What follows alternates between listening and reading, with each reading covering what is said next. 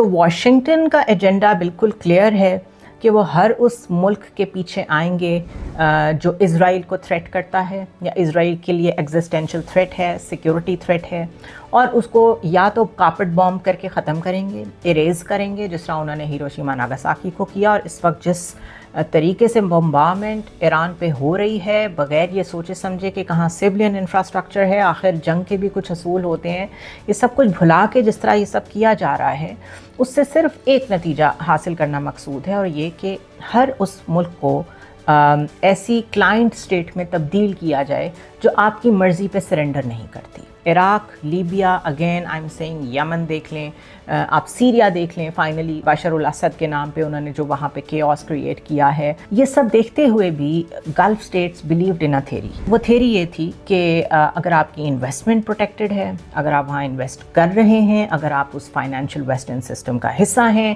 اگر آپ پولیٹیکلی ان کے ساتھ الائنڈ ہیں، تو سیکیورٹی گارنٹیڈ ہے.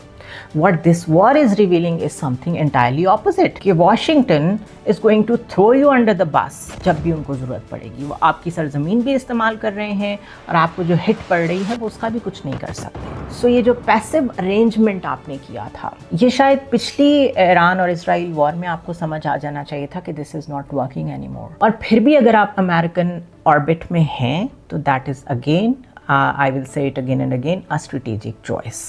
سعودی عربیہ نے اپنا جو پیٹرو ڈالر کا سارا سسٹم ہے وہ بڑا تھورلی انٹیگریٹ کیا ہے into western financial system. UAE اے ای نے اپنے آپ کو پریزنٹ کیا ہے as a hub for western capital.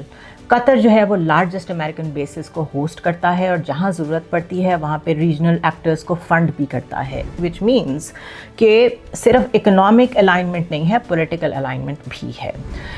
You اے ای جو ہے وہ ابراہم اکارڈز کا حصہ ہے. اپنی ڈپلومیسی بہت عرصے سے وہ اسرائیل کے ساتھ قائم کر چکا ہے.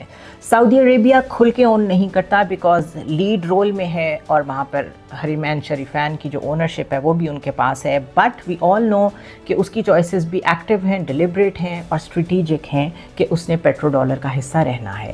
سو اب جب میزائلز فائر ہو رہے ہیں، انفراسٹرکچر ان کا تباہ ہو رہا ہے، ایئر اسپیس ان کی وائلیٹ ہو رہی ہے، this is the result of these choices.